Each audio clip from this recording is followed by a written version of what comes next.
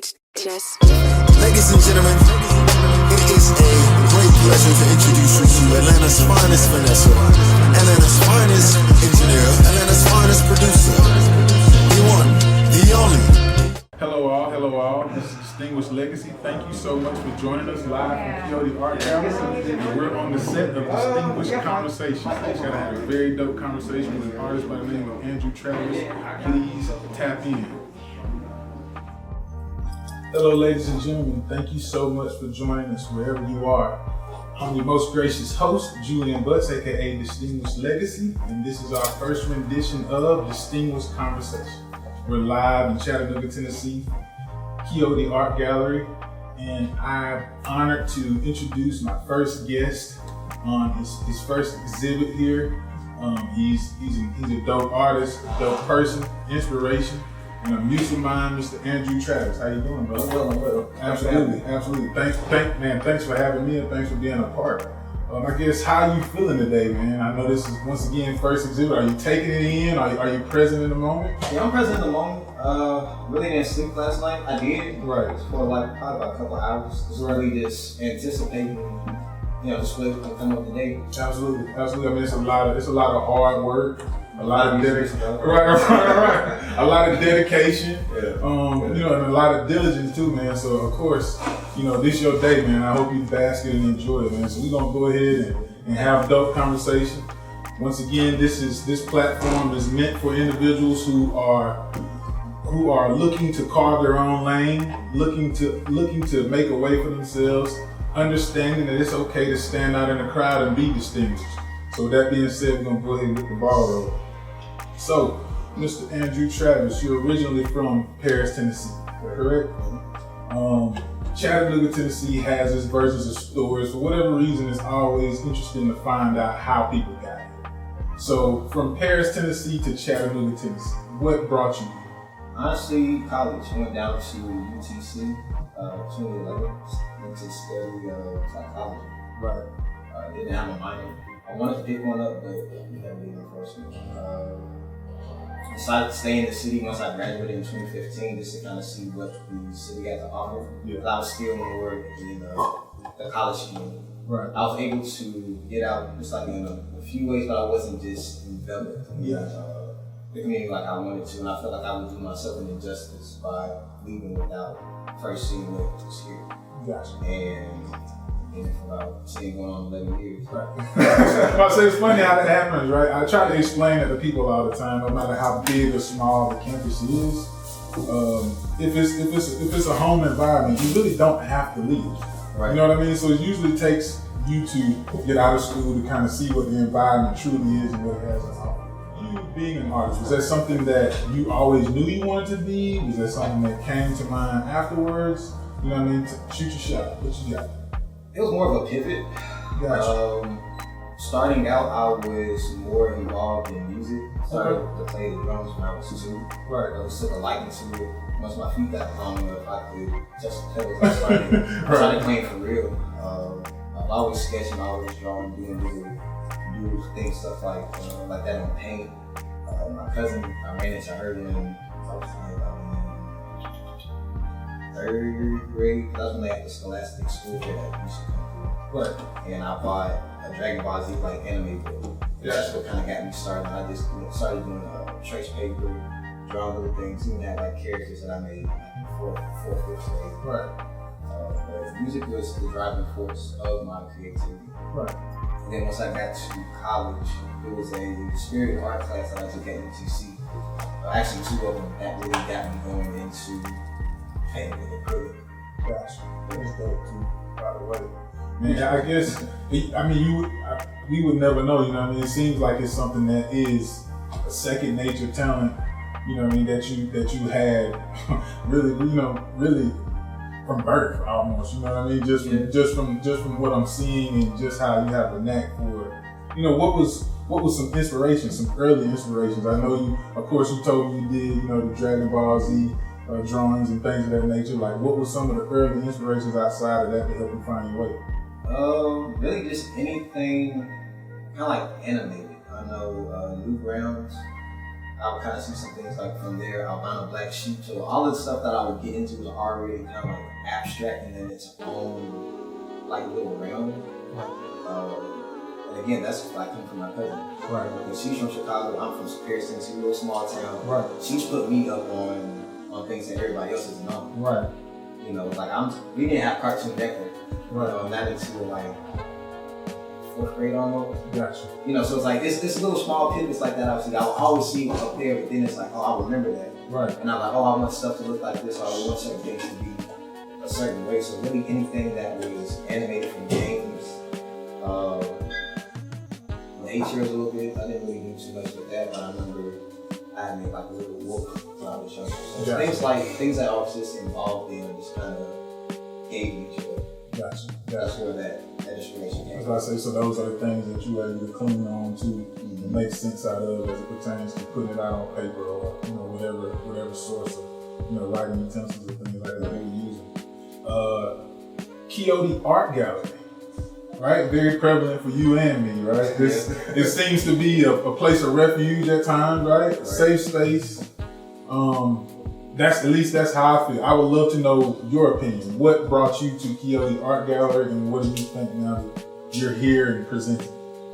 I was told about it in its early inception, and even just from being around Joey and Kiva, it's always been a warm reception. Absolutely. You know, it's always, I don't know, they just make you feel good. Absolutely. Absolutely. Make you feel good. So it's like, all right, you know, it's reassuring almost. Yeah. It's kind of like, it's almost like, okay, I've been through what I've gone through, so this is what I'm giving back to others. Right. You know, it's like, they paved their own way, so they're going to do the same for others. So that's the energy, that's the love that I get from being in this space. Absolutely. And I guess I can say for me, and really anybody that I come in contact with that knows them, we all have the same message. It's, you know what I mean? It's rare that you find that, right? It'll be 5 different people that say 5 different things about me. You know what I mean? But you find 2 people that everybody says the same thing about. That's amazing. And shout out to Miss Keela and Mrs. Jody for that. I also am paying very close attention to the wordplay and the themes, right? The one thing that stuck out to me in your flyer was the idea of lion share case. What does that represent? What does it mean to you? And please go in depth. Honestly, I was looking for a word or something that can embody what I wanted to do for this art show. I wanted to do at least majority of my work. You know, I didn't know if that was more like a traditional thing, but at this point, I was like, should I always work? So I started doing my research, and lion share was one of the words that was a phrase that stood out to me. It was a fable from Aesop. It goes basically, a lion is one that go hunting and catch like a deer, a stag, something like that. So he has a fox, coyote, just kind of like animals that weren't as strong as him to go out and help him get this kill. And so like it's all like, if y'all help me, I'll give you a share for your effort. Like, all right, so since I'm the king, I get the first share. Right. All right. And then since I'm more courageous, I get that second share. You know, and the third share, because if anybody wants to keep their life, you know, they'll have to fight me for it. Right. So you already know, fox king. Right. You know, none of those animals could physically beat a lion. So the moral is, it's more so dangerous to side with the lion. Like if I was a lion and I went out to go hunt with that lion, we could fight it out and I might survive. Right. And I can still get something from that. But the other ones, they weren't as fortunate. Right. So it's more so kind of understand like, hey, you want to help, you want to do that, but still think about who you're helping and why you're helping these people out. Right. Because you saw like, they didn't get nothing. Right. And for me, it's like, that was a switch. Like, this is the king that was selfless. Right. Not a king that was benevolent, a king that was willing to share, that was like, you know what? I know this is what I am. Right. Here, you can have this person. I'll go out and get some more. Knowing that I'm physically able to. I'm like, nah, I'm good. I'm like, I just had you come along just so you could be here, and you're like, I'm trying to get you. And I'll take your life if you try to take this mine. Like, I wanted to take that pivot. I wanted the nature of the lion's share, but not that same, I guess, arrogance and that same selfishness that was carried along with it, so I did my own flip. Absolutely. I see myself as a king more so as just like how I was raised and looking at people in my life, I see them as royalty. Right. Like my mother, she used to have she actually still has a necklace that has Cleopatra on it. And I remember when I was young, I always looked at it, I was like, who is that? She's like, oh, that's Queen Cleopatra. Right. I was like, so why do you wear it? She's like, oh, well, she was a mighty queen, but she had a flaw. So the thing was, that was a reminder for her, like, you can still be here, but don't let those negative things get in the way of what you wanted to do or what you're willing to be. And that was ultimately, her fall. Right. And even like looking at my dad, like, that was kind of like an idol, somebody I looked up to. Like, I wasn't looking for somebody else to fill that role. Like, I saw him as, that was my Superman, that was the person that was, that was going to handle things. Right. So for me, I didn't see anything less. Right. So for me, kind of going into saying I'm a king, I already see that in my family. Right. Saying I'm dope, I'm developing a personal expression. Right. That's what that means to me. Like, I was saying dope, but what does that really mean? Right. Like for me, it's like I want to be the best version of myself. Right. For me to say all eyes that see, eyes have an art. 2020, like it's going back to my artistry, like what I want people to feel like. This the eyes have it came from Robert's rule of law or order. So all in favor say I, right? Right. So that means that you read, like you understand what was said in that meeting, or just kind of like that confirmation. Right. So I'm leaving it up to people to be like, oh yeah, I like your work, without me having to say it, because I'm putting forth my best in everything that I do. Right. Keep up, stride home. That's really just a model to keep me going. And I developed it when I was sitting with developing dope and everything. It originally started from Leave Egypt, develop personal expression. Kind of going back to the story of the Israelites, it's them leaving out of a place where they felt like they weren't being able to express themselves in such a manner. And I kind of took that and embodied it, and I was like, I've been in the wilderness, in the forest, and I've been trying to find my way out. Gotcha. So all this is my story.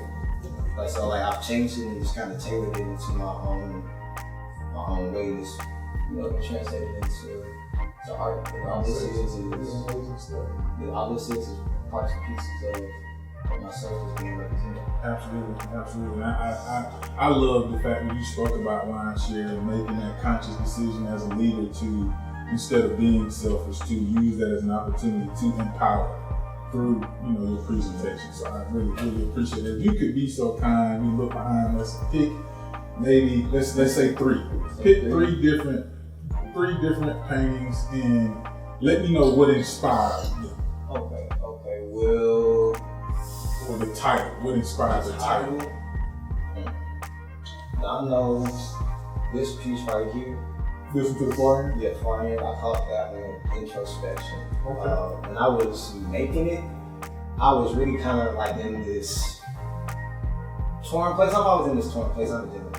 So I was always in between this thought and that thought, and just really trying to put everything together. So once you look at all the words, all the details, it's thoughts that were basically like in my head, things that I've heard people say, kind of like as encouragement. Right. But it's like at the same time, like there's meant to be encouragement, but it's like, all right, I'm still going through what I'm going through. Right. Regardless of what you're saying, how I should handle it, how I should do this, I'm still feeling how I feel, personally. Absolutely.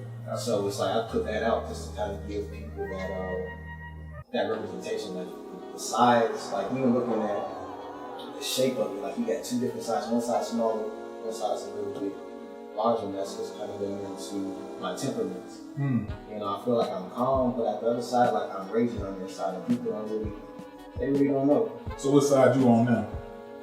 I say I'm about in the middle. Okay. I can deal with the middle. Yeah, I found a little bit of a balance right now. I found my balance. Well, I say select one more if you don't mind. Now, no, I made this piece last year, kind of like during, really when Corona hit, and really like once you look at the lungs, I put calm, and it's hard to see because it's like everybody was thinking, oh, you have this respiratory disease, I can't breathe going around George Floyd. There's a lot of things that were just kind of attacking the body at that point. And even like with the words that I put in there, it was all just kind of around emotions that I was feeling. Because it was a lot. It was a lot that you got hit with. It was a matter of Ahmaud, George Floyd, Taylor, and then you got boom, we're about to go on lockdown, we got this pandemic, and then everything else just wanted to. Absolutely. And this, I finished it before everything else really just kind of started popping off, but still it's just a matter of you were one of them. Right. So it's like there's no skin. Even like the ribs are fragile. Even like the structures of the bones is not all connected. You can see the brain, like the way that everything is facing. Like now it's not even looking at you. It's looking in a different direction. So it's just kind of like understanding like where we're going, like what is this? Right. So as an artist or as a creator, you do feel, let alone as a black man, you do feel and I'm asking this, you do feel an obligation to illustrate what may be going on during current times. To an extent, yes. Yeah, like expound on that. For me, I already feel, so it's like certain things I guess consciously choose to kind of like deal with or look at. Other things I just kind of let it roll out. But if not, I'll get wrapped up in that. Absolutely. And I'll get passionate. So it's like certain things that I know it's not going to take, I guess, too much of a toll on me, or something that's not going to already be in circulation. That's not how I operate. Absolutely. It's weird to say that, because certain things get in circulation quick. Like when Kobe died, everybody wanted to do artwork for Kobe. I know when Doom died, I love MF Doom. Everybody's gonna start doing art around MF Doom. I don't necessarily care for that. That's not my MO. Right. Like all these pieces, you're not gonna find another one like you might find something similar. Right. But me personally, I do not want to replicate the same. Right. And that's just my own. Absolutely. You totally, and I said it makes sense definitely after explaining it the way you did. I guess my next question is, what do you hope people obtain from seeing your visuals? You know what I mean? If all the people here today had one walkaway or takeaway from your work, what would you like them to remember? What I want them to remember is how they felt when they look at me. But like more so what emotions resonated with me. Like intentionally, I know this was more so a release for me, but at the same time I know somebody else might be going through something similar, or they might see something and it just clicks. And I intentionally didn't do that, but that was something that they needed at that time. So really it's just inspiration, really it's anything that can help you kind of like make it through your day or keep moving forward, just kind of being your best version of yourself. Still going back to being dope. That's what I want people to feel like. I want you to believe that you are dope, just like I am.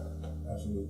Like this isn't just for me. Like I want you to believe in themselves. Like anything that you thought you couldn't do it. Because I didn't think I would have all these paintings on this wall, having an interview. Right. Having a somewhat of an audience listen to me. Right. Absolutely. I didn't envision that. Like I knew I wanted to create. I knew I wanted to do this. I know to do certain things, but this, I didn't envision all this. Right. That comes along with the process. Yes, I was just about to say it. when it's crazy how when you start walking in your purpose, the universe has its way of bringing like minds to you and giving you more avenues to further continue the process, like you just said. So I definitely have to ask this. 27 years old, I'm 30, and at 27, I started to. And most people that I know finally start to try to actualize things, and right, you're past the early 20s where you just live fast, die young, and you're trying to you get to the mid 20s and you're doing things to get by and make sense, especially after you graduated school. Right. And right around that time between 26, 27, you finally start to actualize things and ask yourself questions like, what do I want to be remembered by? You know what I mean? What type of impacts do I make? So I say all that to say, that young 17, 18-year-old version of yourself in Paris, Tennessee, right? Yeah. What would you say to that 18-year-old kid about what he has to look for? Stop being hard on yourself. Believe in yourself. Half the problems that you think are in your head, you really create them. You know, if you would have moved, if you would have thought differently, you probably would have had certain situations. But just keep going. You know, trust in the process. You are who you are. You can't change that. You know, there's a lot of things I would tell myself back then, but I'm kind of glad I went through it. Yeah. Honestly, I don't think I'll be having this conversation or even being able to allow people to see that it's okay to be not okay. For sure. You know, that's really the thing that gets me. It's all about perception. Yeah. All about perception. Even like with this, with the circles, that's perception. That's my favorite. You know, there's so much that you can try to see, but it's like once you really settle with you and say forget everybody else, things get a little better. Absolutely. You still gotta interact like you do. Yeah. You know, but as long as you understand, all right, this is who I am. Yeah. Nobody can tell you, no, you're supposed to be da-da-da-da-da. It's like, who are you? Right. I know me. Right. You don't know you probably. That's why you're doing this to me. Absolutely. Like, figure out you, then try to talk to me, and then we can see where we really at. But don't try to make it seem like I'm the one that's not good enough. I'm not good enough, just so you can kind of be on this little pedestal. I'm not about that. Yeah. I'm playing with you. Absolutely. Absolutely. In the nicest way. Right. You know? That's just me. Yeah. And people will project things on you, as you know and as you see now. So you definitely have to, as they say, protect your energy, by all means. This is my favorite segment. It's the action item where we go through action words, and as I say things, I want you to say the first thing that come to your mind. It could be a sentence, it could be one word. If I say hot dog, ketchup come to your mind, let it go. Peanut butter jelly, same thing, all right? So we're gonna do it. Paris, Tennessee. Chattanooga, Tennessee. Incubator. Pandemic. Chaos. Strength. Mind. Love. Heart. Blackness. Self. Andrew Travis. Yes, sir. I love it. And I guess in kind of to bring it to somewhat of a conclusion, like, what would you tell that young kid that is struggling to find their way, or to find their artistry, or to find their path in life? What would you tell that young kid if you had any words of inspiration? Do what makes you happy, first and foremost. Remember your talents, remember your gifts. They were given to you for a reason. If anybody tried to dim those, that's probably what you should be doing. It's the honest truth. I'm about to say we gonna it's the honest truth, man. Like people try to, they see things in you, and for whatever reason, I know sometimes it's personal choices, sometimes it's like the will of them not going after it. They will do subconsciously. They will be like, "Nah, you shouldn't," because they let go of the dream that they had. They let go of something that kept them going because somebody might have made fun of them or said something just to discourage them. Right. Now they're not living in their purpose. Now they're not living their dream. Now they're living at a different level of their existence. It's not saying that they're not living, but It's like you're not truly fulfilled. Absolutely. And if you feel that, it's like find ways to change it. Right. That's what I would say. Just do what makes you happy and don't give up. There you go. That's necessary. That was necessary for you to say, and it's gonna resonate with somebody. It resonates with me right now, but definitely to the people at home. Also to the people at home who are interested in learning more about Andrew Travis, how can they find you? What are your socials? If you have a website, email, any way that people can get in contact with you. Okay, on Facebook, I am Andrew Travis. Instagram is eyeshabit_art. Still developing my website. I want to see what's left and then just kind of go from there. Cash App, $, Humane. Absolutely. That's really about as far as the website you can get in contact. Well, email is at atravis80@gmail.com. Awesome. It has been a pleasure. As you know, you're an immaculate individual. Your future is bright and your time is now. Thank you. To the supporters, however and wherever you may be watching, thank you so much for joining us. I'm your most gracious host, Julian Butts, aka Distinguished Legacy. And until next time, this will conclude Distinguished Conversation.